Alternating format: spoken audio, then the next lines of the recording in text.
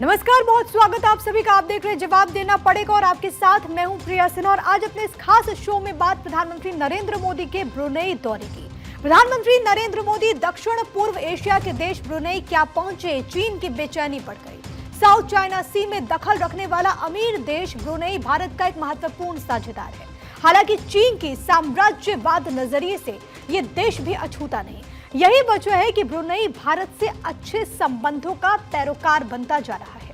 14,000 प्रवासी भारतीय वाले देश से न्योता मिला तो प्रधानमंत्री नरेंद्र मोदी भी वहां पर पहुंच गए। उन्होंने देर नहीं लगाई। किसी भी भारतीय पीएम का यह पहला ब्रुनेई दौरा रहा। ब्रुनेई और भारत वाणिज्यिक से लेकर सांस्कृतिक और रक्षा के क्षेत्र में भी आने वाले दिनों में बेहतर साझेदार बनने वाले हैं। हिंद प्रशांत क्षेत्र और दक्षिण चीन सागर में बढ़ती चीन की आक्रामकता के बीच दोनों देशों का बेहद करीब आना चीन की मुसीबत बढ़ा सकता है। आज इसी पर हम चर्चा करेंगे। खास मेहमान भी हमारे साथ मौजूद रहेंगे, लेकिन सबसे पहले आपको सुनाते हैं कि ब्रुनेई प्रधानमंत्री नरेंद्र मोदी का ये जो पूरा दौरा रहा, आखिरी दिन आज के दिन प्रधानमंत्री नरेंद्र मोदी ने वहां पर अपने संबोधन में क्या कुछ कहा है। भारत की एक्ट ईस्ट पॉलिसी और इंडो पैसिफिक विजन में ब्रुनेई का महत्वपूर्ण साझेदार रहा है। भारत हमेशा आसियान सेंट्रलिटी को प्राथमिकता देता आया है और आगे भी देता रहेगा। हम अनक्लॉस जैसे अंतर्राष्ट्रीय कानूनों के तहत फ्रीडम ऑफ नेविगेशन और ओवरफ्लाइट्स का समर्थन करते हैं। हम सहमत हैं कि इस क्षेत्र में कोड ऑफ कंडक्ट पर सहमति बने। हम विस्तारवाद नहीं, विकासवाद की नीति का समर्थन करते हैं। योर मैजेस्टी, भारत के साथ संबंधों के प्रति आपकी प्रतिबद्धता के लिए हम आपके आभारी हैं। आज हमारे ऐतिहासिक संबंधों में एक नया अध्याय जुड़ रहा है। एक बार फिर मुझे दिए गए सम्मान के लिए मैं आपका बहुत बहुत आभारी हूं। मैं आपके शाही परिवार के सभी सदस्यों और ब्रुनेई के लोगों के अच्छे स्वास्थ्य और खुशहाली की कामना करता हूं। तो भारत से लगभग 7,486 किलोमीटर दूर इस इस्लामिक मुल्क का दौरा प्रधानमंत्री नरेंद्र मोदी और भारत के लिए कितना अहम, आज इसी पर चर्चा करेंगे। दो खास मेहमान इस वक्त हमारे साथ मौजूद है। रविंदर सचदेव, विदेश मामलों के जानकार, और इसके अलावा जेके त्रिपाठी, पूर्व राजनयिक, हमारे साथ जुड़ेंगे। लेकिन सबसे पहले रविंदर जी, आपका स्वागत करते हुए यही सवाल सर, क्योंकि भारत और ब्रुनेई की अगर हम बात करें, हमारे रिश्ते मजबूत हैं क्योंकि कई विषयों पर, खासतौर पर चीन को लेकर के हमारी राय एक जैसी है। लेकिन मैं आपसे ये समझना चाहूंगी, एक ऐसा देश, एक इस्लामिक कंट्री जिसकी आबादी सिर्फ मुझे लगता है 4 लाख के आसपास है, वहां पर जब प्रधानमंत्री नरेंद्र मोदी पहुंचते हैं और चीन को वो फटकार लगाते, कहते हैं कि हमारी जो नीति है वो विस्तारवादी नहीं विकासवादी है, क्या मैसेज जाता है? इस दौरे के क्या मायने?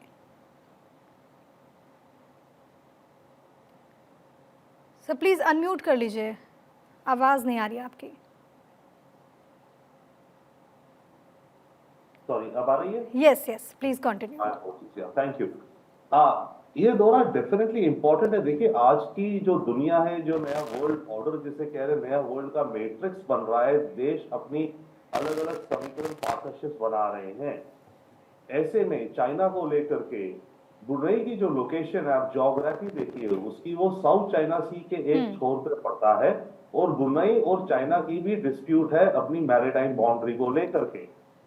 ऐसे में, और जैसे आप बता रही हैं 7,000 कितने 500 किलोमीटर या माइल दूर है भारत से ब्रुनेई, ये दर्शाता है कि भारत भी अपना इन्फ्लुएंस, अपने कनेक्शंस दूर तक अच्छे बना रहा है। और इवन चाइना के बैकयार्ड में, चाइना तो साउथ चाइना सी को कहता है ये तो मेरा एक लेक है, यानी कि ये साउथ चाइना सी तो सारी की सारी मेरी है।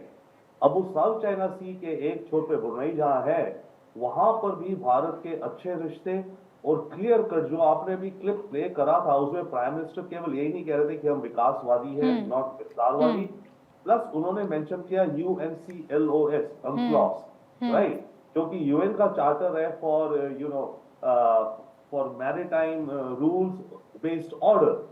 तो वो क्लियर कट, वो तो एक क्लियर कट मैसेज या कहे ये संदेश और मैसेज है फॉर चाइना, क्योंकि चाइना को फिलीपींस से जो डिस्प्यूट थी वो गई थी यूएनसीएलओएस में, जी। जहां पर उसने रूल किया था in favour of Philippines and against China. अब उसी का जिक्र प्राइम मिनिस्टर यहाँ करते हैं, तो एक बहुत अहम बात है कि भारत अपना इन्फ्लुएंस साउथ चाइना सी के अंदर भी हम बढ़ा रहे हैं, जो और पॉलिटिकल चीन को एक कड़ा संदेश भी है। मैं लौट रही हूँ आपके पास रविंद्र जी, मैं आगे भी इस पर चर्चा करते रहेंगे, लेकिन जेके त्रिपाठी पूर्व राजनयिक के तौर पर इस वक्त हमारे साथ मौजूद है। त्रिपाठी साहब, आपका भी स्वागत करते हुए, और मैं आपके अनुभव से सर ये समझना चाहूंगी, क्योंकि जब प्रधानमंत्री वहां पर पहुंचते हैं तो वो इस बात का जिक्र करते हैं कि भारत और ब्रुनेई के जो राजनयिक संबंध है उसके 40वें वर्षगांठ में वहां पर पहुंचना, ये मेरे लिए सौभाग्य की बात है, ये प्रधानमंत्री नरेंद्र मोदी ने कहा। इन रिश्तों को आप किस तरीके से देख रहे हैं, और ये पहली मर्तबा है जब कोई प्रधानमंत्री भारत का ब्रुनेई पहुंचा है, इस दौरे के बाद क्या बदलेगा? देखिए, ऐसा प्रिया कि 1984 में ब्रुनेई को एक सॉवरेन किंगडम घोषित किया गया था, स्वतंत्र हुआ था ब्रिटेन से, और तब से तभी हमने डिप्लोमेटिक रिलेशन स्थापित किए थे। उसके बाद से अब तक कोई भी प्रधानमंत्री नहीं गया है।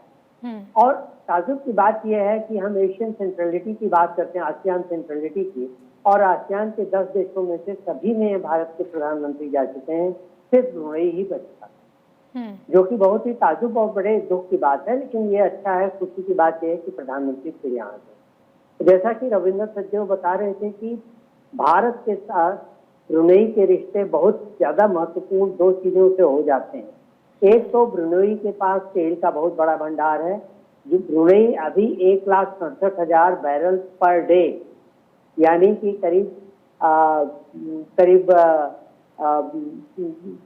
काफी ज्यादा, यानी कि करीब समझ लीजिए कि करीब 8,80,00,000 लीटर पर डे पैदा कर रहा है।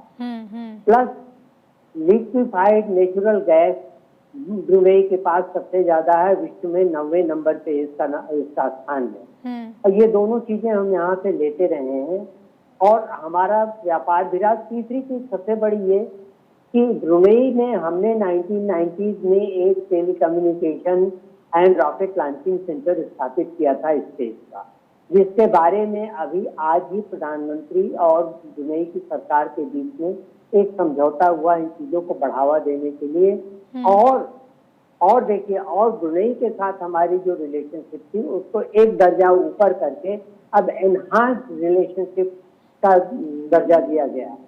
और ब्रुनेई आप देखिए, ब्रुनेई छोटा भले है, लेकिन ब्रुनेई WPA के फाउंडिंग मेंबर में से था। ब्रुनेई आसियान का एक बहुत महत्वपूर्ण सदस्य है। ब्रुनेई कॉमनवेल्थ का सदस्य है। ब्रुनेई UN में है। ब्रुनेई इतने OIC में है, और इसलिए हमारे लिए और इम्पोर्टेंट हो जाता है। एक छोटा देश और बहुत अमीर भी है, और इसी वजह से शायद एक प्रमुख खिलाड़ी भी है। लेकिन मैं आपसे ये समझना चाहूंगी त्रिपाठी साहब, क्योंकि जब साउथ चाइना सी की बात होती है, हम सब जानते हैं चीन की आक्रामकता को लेकर के, लेकिन ब्रुनेई बहुत ज्यादा खुल करके उसके विरुद्ध नजर नहीं आया। भारत की स्ट्रैटेजी और इसको लेकर के, क्योंकि विस्तारवादी नीति की लगातार भारत ने आलोचना की है, जब यहाँ पर मुलाकात हुई तो कम से कम साउथ चाइना सी को लेकर के रणनीति आप किस तरीके से आगे बढ़ते हुए देख पा रहे हैं त्रिपाठी साहब? देखिए, साउथ चाइना सी को लेकर के बात तो जरूर हुई होगी दोनों देशों के बीच में, क्योंकि जब भी कोई राष्ट्राध्यक्ष जाता है कहीं दूसरे देश में, तो एक ये कायदा होता है, बायलैटरल तो जो बात करते हैं, बाकी रीजनल और ग्लोबल लेवल पे जहाँ जहाँ टेंशन है, जहाँ जहाँ फ्लैश पॉइंट है, उससे बातचीत करते हैं, एक दूसरे के विचारों का आदान प्रदान करते हैं।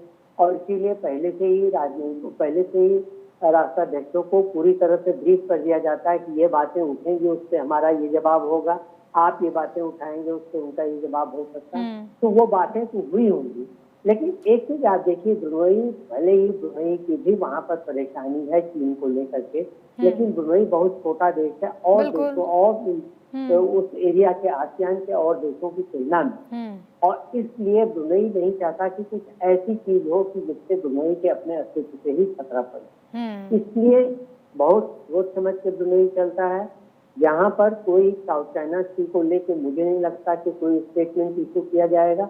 बातचीत हुई होगी, उसमें आगे कोऑपरेशन पे भी बातचीत हुई होगी, क्योंकि कई चीजें हैं जिसमें जैसे साइंस एंड टेक्नोलॉजी में है, टेलीमेट्री में है, इन सब चीजों में हमारे ब्रुनेई के साथ बड़े अच्छे संबंध हैं।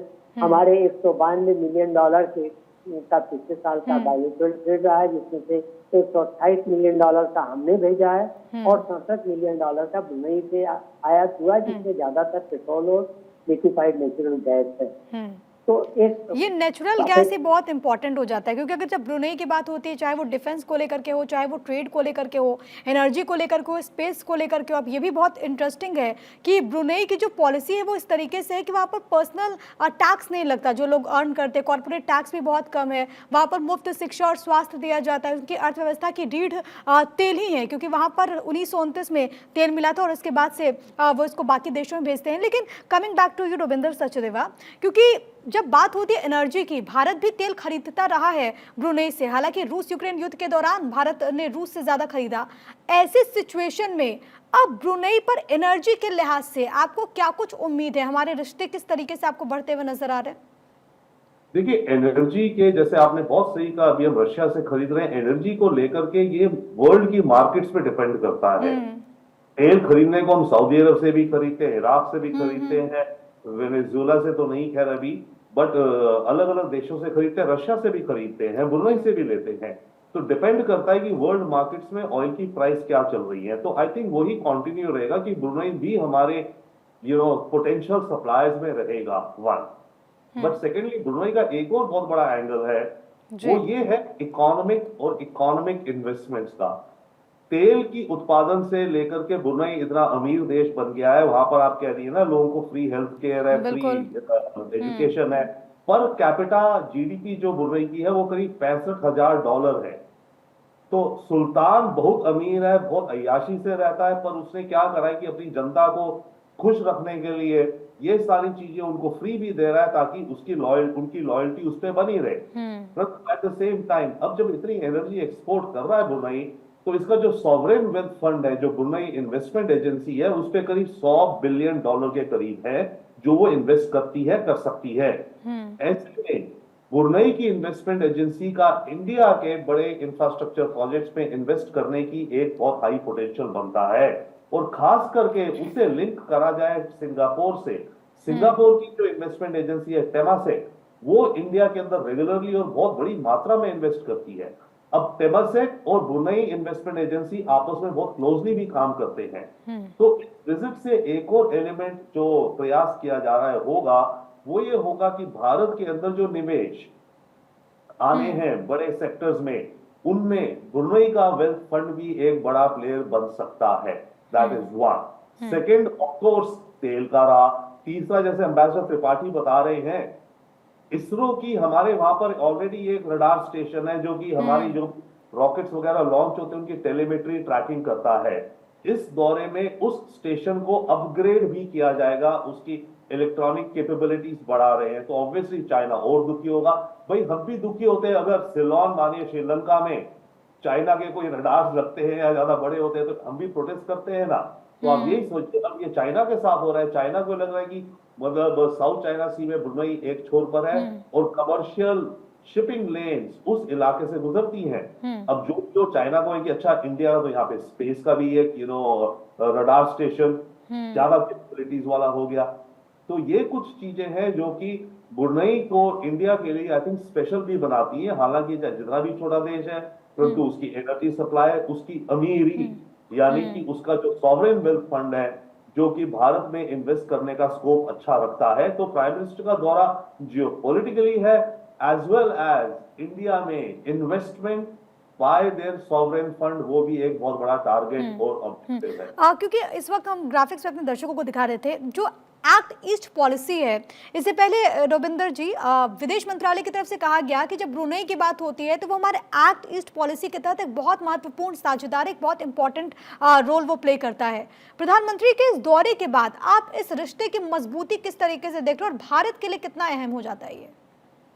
देखिए, प्राइम मिनिस्टर के दौरे के बाद तो मजबूती बढ़ेंगी ना, कुछ मेमोरेंडम्स ऑफ अंडरस्टैंडिंग साइन होंगे, डिफेंस को लेकर के भी कुछ डिस्कशंस हो रही है, आई थिंक कोस्ट गार्ड और नेवी को लेकर के भी हो रही हैं, स्पेस का स्टेशन अपग्रेड हो रहा है। तो ये सारे जब रिश्ते अपग्रेड हो रहे हैं तो ऑब्वियसली आने वाले वक्त में दोनों देशों के रिश्ते आई थिंक वाइडर होंगे और डीपर होंगे। और इसके अलावा वंस अगेन कमिंग बैक, जो मैं इकोनॉमिक एंगल की बात कर रहा हूं, उस एंगल से आने वाले वक्त में हम देख सकते हैं या तो ब्रुनेई इन्वेस्टमेंट एजेंसी खुद या Brunei investment agency in partnership with Temasek of Singapore, क्योंकि prime minister by the way Singapore भी जा रहे हैं इस विजिट के बाद। हाँ, वो रवाना वो शायद पहुंच भी गए, हम तस्वीरें भी दिखा रहे थे अपने दर्शकों को। तो उस इकोनॉमिक एंगल का एक pipeline banana for investments into India. और इन सब के अलावा एक और इंडिकेशन है ना फॉर चाइना, कि अभी तक जैसे आप कह रही हैं, एम्बेसडर त्रिपाठी कह रहे हैं, हमारे दर्शक जानते हैं कि कोई इंडिया का प्राइम मिनिस्टर बायलैटरल विजिट में नहीं गया। मनमोहन सिंह गए थे, पर तब वो आसियान मीटिंग थी उसके लिए गए थे ब्रुनेई, वो बायलैटरल विजिट में नहीं गए। तो पहली बार किसी प्राइम मिनिस्टर का जाना चाइना को ऑब्वियसली इंडिकेट करता है कि भारत देखिए कितनी दूर तक अपनी एक्ट ईस्ट की पहुंच बना रहा है। ठीक है, आज जगह त्रिपाठी साहब, क्योंकि वक्त की थोड़ी सी कमी है, तो मेरा सवाल आपसे ये रहेगा, इस दौरे के टेक अवेज क्या है? और जब हम बात करते हैं, भारत ने हमेशा चीन के विस्तारवादी की आलोचना की, और अगर एशियन कंट्रीज में बात करें, भारत का रुख बहुत आक्रामक रहा है विस्तारवादी नीति के विरुद्ध। बहुत सारी ऐसी कंट्रीज है जिनका उस तरीके से रुख नहीं रहा, और जैसा कि मैं पहले जिक्र करी थी कि ब्रुनेई भी उस तरीके से खुल करके अभी तक कहता नहीं आया है। क्या आपको लगता है, क्योंकि जाहिर है कि ब्रुनेई की जब बात होती है, छोटा मुल्क है लेकिन एक अमीर देश है, और इसी वजह से वो बहुत एक प्रमुख खिलाड़ी बन जाता है, क्या आपको लगता है कि अब ब्रुनेई के भी इस रणनीति में कुछ चेंजेस आ सकते हैं? जी बिल्कुल, आप जैसा मैंने पहले बताया कि देखिए ब्रुनेई के साथ हमारे रिश्ते जो हैं अभी जो है वो नॉर्मल पार्टनरशिप थी। पार्टनरशिप के आज के डेट में पार्टनरशिप के 3-4 प्रकार होते हैं। Partnership, then enhance partnership, then strategic partnership, then comprehensive strategic partnership. अब अमेरिका के साथ, रूस के साथ हमारे कॉम्प्रहेंसिव स्ट्रेटेजिक पार्टनरशिप है। कुछ और हमारे पड़ोसी देशों के साथ जैसे बांग्लादेश वगैरह के साथ हमारी स्ट्रेटेजिक पार्टनरशिप है। ब्रुनेई के साथ हमारी नॉर्मल पार्टनरशिप थी, उसको बढ़ा के करके एनहांस पार्टनरशिप किया गया है, जिसमें और भी चीजों का दायरा आ जाता। तो एक तो ये टेक अवे है। दूसरा ये टेक अवे है कि ब्रुनेई में हमें जहाँ ब्रुनेई को हमारे यहाँ इन्वेस्ट करने का मौका मिलेगा, वहीं ब्रुनेई में भी हमें इन्वेस्ट करने का मौका मिलेगा। 27 मिलियन का इन्वेस्टमेंट हमारा अभी है। और तीसरी चीज ये है, 27 करोड़ डॉलर का, 270 मिलियन का। और तीसरी चीज ये है कि देखिए छोटा सा देश, 4.5 लाख की आबादी, 4,70,000, जिसमें सिर्फ 14,000 हिंदुस्तानी रहते हैं। लेकिन उन 14,000 में से ये दिखाता है कि हिंदुस्तानियों की वहां पर कितनी इज्जत है। इन 14,000, यही कारण था कि वहां के सुल्तान की तरफ से प्रधानमंत्री को इनवाइट किया गया, और ये बताता है कि भारत किस तरीके से विश्व गुरु बनता हुआ जा रहा है। बहुत धन्यवाद आप दोनों का हमारे साथ इस डिबेट में शामिल होने के लिए। तो प्रधानमंत्री का ये दौरा कई मायनों में खास रहा।